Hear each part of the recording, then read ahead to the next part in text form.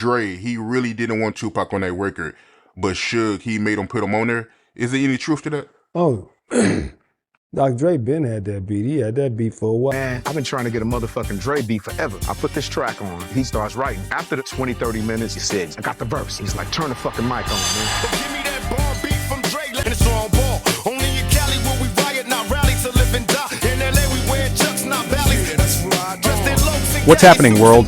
Whether you're tuning in from your car, your headphones, or your living room, I want you to pause for a second and really listen up. It's your man Sway, and we've got to talk about something real. Something that goes beyond the music, beyond the beats and the rhymes. We're talking about the heart of the culture, the soul of our community. We're talking about bulletproof entertainment, a movement pushing the culture forward. They're not just making noise, they're making history, creating a platform where authentic voices can be heard and celebrated. They bring you the real, raw, and unfiltered stories that shape our world. Stories that might otherwise go untold. Stories that reflect the struggles, the triumphs, and the dreams of our people. In a world full of noise, they are a signal of truth. When everything feels overwhelming, bulletproof entertainment cuts through with honesty and passion, reminding us what matters most. Supporting them means investing in the future of our music and stories. It means giving young artists a chance to shine, and making sure the next generation has a stage to stand on. It's about legacy, ensuring our narratives are told by us, for us. Every beat, every lyric, every memory preserved and passed down so our culture never fades. When you support bulletproof entertainment, you're saying our stories matter. You're saying our voices deserve to be heard loud and clear across every city and every block. This is a call to action for everyone moved by a beat, a rhyme, or a story. If hip-hop has ever inspired you, if you've ever found comfort or power in a song, this is your moment to give back. Let's stand together and lift up platforms truly for the culture. Let's make sure the next generation has even more opportunities, more stories, and more reasons to believe in themselves. The story of California Love is a perfect example of magic when powerful forces collide. When legends come together, they create something timeless, something that inspires millions. By supporting bulletproof entertainment, you help ensure more stories like this see the light of day. You help create a world where creativity and truth are celebrated, not silenced. You become part of the movement. You become part of a family that believes in the power of music, storytelling, and unity. Now let's get into it, because together we can keep the culture alive, thriving, and bulletproof for generations to come. The story of California Love begins not just with a beat, but with a vision. Dr. Dre, already a legend in the making, sat in his studio surrounded by the hum of machines and the glow of mixing boards, searching for a sound that could capture the spirit of an entire coast.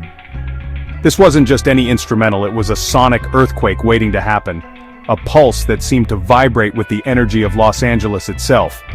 Every thump of the bass, every snap of the snare felt like it was announcing something big on the horizon. Dre knew he had something special in his hands, a track that could define not just a moment, but an entire era of West Coast hip-hop. He could feel the potential, the way the music seemed to demand attention, to pull people in. The foundation of the beat was built around a sample from Joe Cocker's Woman to Woman, a groove that Dre transformed into something entirely new. He took the soulful energy of the original and injected it with a raw, streetwise swagger. Layer by layer, Dre added his signature G-Funk synths and that unforgettable talk-box melody, creating a sound that was both nostalgic and futuristic.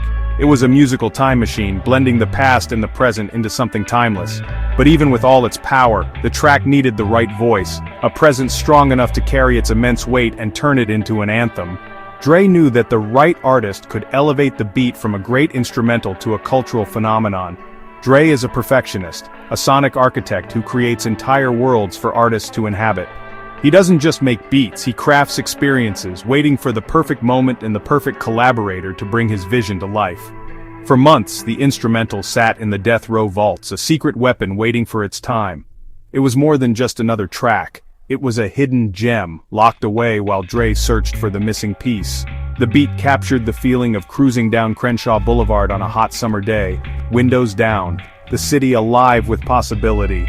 It was the sound of freedom, of celebration, of California itself. The track was pure California, bottled up and ready to explode, sunset skies, palm trees, and the relentless energy of Los Angeles, all distilled into a few minutes of music. Dre was patient, waiting for the right collaborator to walk through the door. He understood that timing was everything, and that the right partnership could turn a great song into a legendary one. The stakes were high at Death Row Records, where every release was a cultural event, and the pressure to deliver was immense. The label was a powerhouse, and expectations were sky high. Little did Dre know, the catalyst for this anthem was about to walk through those very doors, a force of nature who would change everything.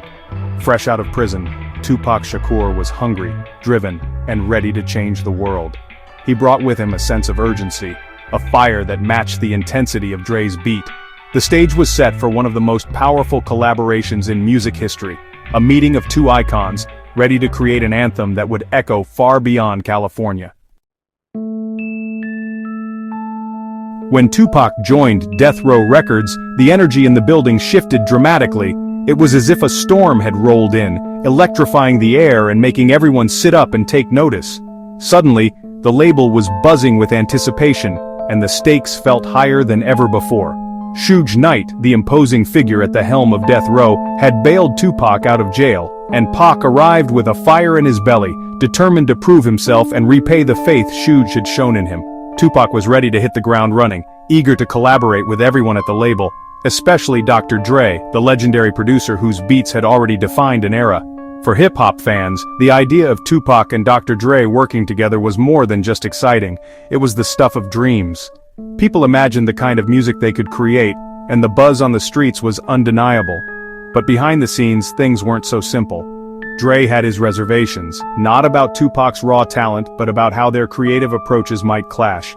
Dre was meticulous, a perfectionist who could spend hours tweaking a single beat, while Tupac was spontaneous, driven by emotion and urgency. Their creative processes were polar opposites, and that made Dre worry. He wondered if they could find common ground, or if their differences would get in the way of making great music. The pressure was mounting, and Dre was feeling the strain of Death Row's intense environment. The label was a hotbed of egos, ambition, and sometimes even danger. Dre preferred the sanctuary of the studio, where he could focus on the music and block out the chaos swirling around him. It was his safe space, a place where he could create without distraction. Tupac, on the other hand, thrived in the chaos. He was outspoken, confrontational, and unafraid to challenge anyone who stood in his way. The energy that made others uncomfortable only fueled his creativity. Dre wanted to create timeless records, music that would outlast the drama and politics of the industry. He wasn't interested in getting caught up in the power struggles that seemed to define Death Row. The tension at the label was palpable. Every day felt like a powder keg, ready to explode at the slightest spark. Suge Knight wanted an anthem, a track that would define Death Row's dominance. But Dre, feeling the weight of expectation, was holding back, unsure if he could deliver under such pressure. Dre was fiercely protective of his sound and his creative space. He guarded his work, knowing that every decision could make or break his legacy. It was a classic case of an unstoppable force meeting an immovable object. Tupac's relentless drive collided with Dre's careful precision, and neither was willing to back down. The entire West Coast was waiting, holding its breath for this collaboration. Fans, artists, and industry insiders all wondered what would happen when these two giants finally came together. The pressure was mounting from all sides, fans demanding greatness, Suge pushing for a hit, and the ever-present tension between Dre and Tupac. Dre stood at the threshold, uncertain if he was ready to open the door to this new chapter. The world was watching, and the next move would change hip-hop history forever. To understand Dre's reluctance, you must understand Death Row in '95.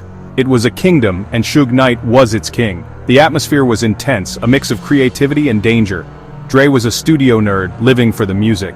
As Death Row's success grew, so did the chaos. Tupac amplified this tension tenfold. Pac was a movement, clashing with Dre's reserved nature. The studio became a headquarters for Pac's thug life army. Dre valued order and control, preferring his home studio. Collaborating with Tupac felt like a step deeper into a world he wanted to leave. Suge Knight was a master strategist with a vision for his empire. He saw Tupac as a superstar who could elevate Death Row. California Love was a strategic move, a coronation for the new king. Suge was persuasive, not taking no for an answer. He framed the collaboration as a duty to the West Coast. Suge applied pressure from every angle. He positioned himself as the director of this grand production. Suge's belief in the project was a force of nature. He was forging the centerpiece of his empire's next chapter. The drama at Can-Am Studios was legendary. Dre had the beat for California Love but was uncertain about giving it to Tupac. The beat was too powerful, waiting for the right energy. Suge orchestrated the moment Tupac first heard the beat. As soon as it dropped, Tupac was inspired, writing immediately. The energy was electric. While Pac wrote, the pressure on Dre intensified. People described the perfect marriage of Pac's flow with Dre's beat. Dre was the producer but wasn't in control of the process. Within minutes, Tupac delivered his iconic verses. The demo was a smash hit. Dre had provided the canvas and Tupac painted a masterpiece. Dre watched with a mix of awe and apprehension. The song was happening without his direct involvement. It confirmed his fears about their creative clash. Yet the undeniable potential was clear. What changed Dre's mind? The sheer quality of Tupac's creation. Dre couldn't deny the magic of Pac's verses over his beat. The performance was too powerful to ignore. The buzz within the studio was deafening. Suge framed the song's completion as pivotal for the label. Dre was cornered by the song's undeniable potential. Dre saw the collaboration as an expansion of his vision. Tupac's energy supercharged the G-Funk formula. Dre embraced the chaos, adding his own touch. He added his verse and the famous talkbox intro. It became a true collaboration. Dre knew a hit of this magnitude would be lucrative. Despite plans to leave Death Row, it was a smart business move. The combination of factors convinced Dre to say yes. The result was a global anthem. Once Dre was on board, he brought his perfectionism to the project. Dre's meticulous production turned it into a polished anthem. He fine-tuned every element, making it a sonic masterpiece. The Talkbox melody by Roger Troutman was genius. It provided a funky counterpoint to Tupac's rhymes. The collaboration became a true partnership. Dre's verse set the stage for Tupac's explosive entrance. They recorded two versions, each with its own vibe. The final product was a fusion of Dre's production and Tupac's energy. It was a celebration, a declaration of victory. Every second was crafted for maximum impact. Dre's initial hesitation gave way to full commitment. The result was one of the most iconic songs in music history. It was a testament to the power of collaboration. When California Love was released, the impact was monumental. It shot to #1 on the Billboard Hot 100. The music video was a cinematic event. The song became a cultural touchstone. It marked a pivotal moment in hip-hop history. It was the ultimate validation of the West Coast's dominance. The collaboration became a symbol of creative possibilities. Decades later, California Love remains popular. It's a universally recognized anthem of celebration. The track's enduring appeal is a testament to its creation. It's a song that cannot be duplicated. The story behind it is a lesson in creativity and collaboration. Dre's decision to embrace the project led to a career highlight. The song stands as a monument to a unique moment in time. It's more than just a song, it's a piece of history.